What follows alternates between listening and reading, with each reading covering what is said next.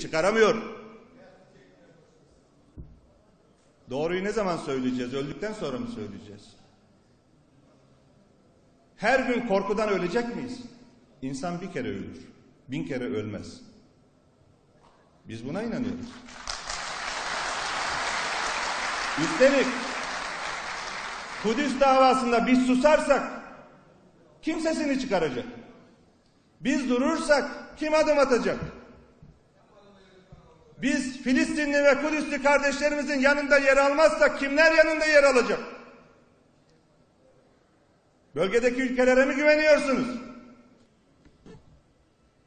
Bazı büyük Müslüman ülkelerin büyük elçileri bile ABD'nin baskısı ve tehdidi yüzünden New York'tan kaçmıştı.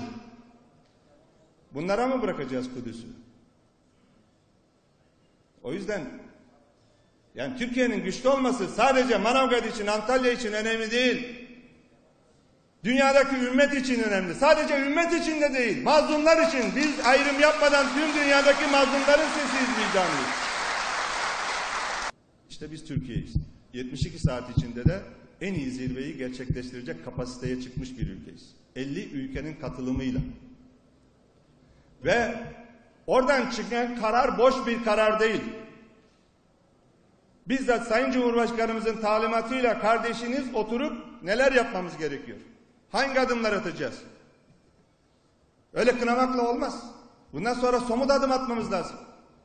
Çünkü İsrail attığı adımlar, estirdiği terörden dolayı hesap vermezse aymazlığı giderek artıyor. O yüzden İsrail hesap verecek. Şu ana kadar 50 civarında Dışişleri Bakanı ve Uluslararası Örgüt Genel Sekreterleri yöneticileriyle görüştüm. Tüm dünyayla görüşerek artık İsrail'in hesap vermesini sağlayacağız. Hesap verecek. Filistinli kardeşlerimizin Kudüs'ün korunması için uluslararası oraya bir güç göndereceğiz. Ve bundan sonra İsrail istediği zaman Filistinli kardeşlerimize saldıramayacak.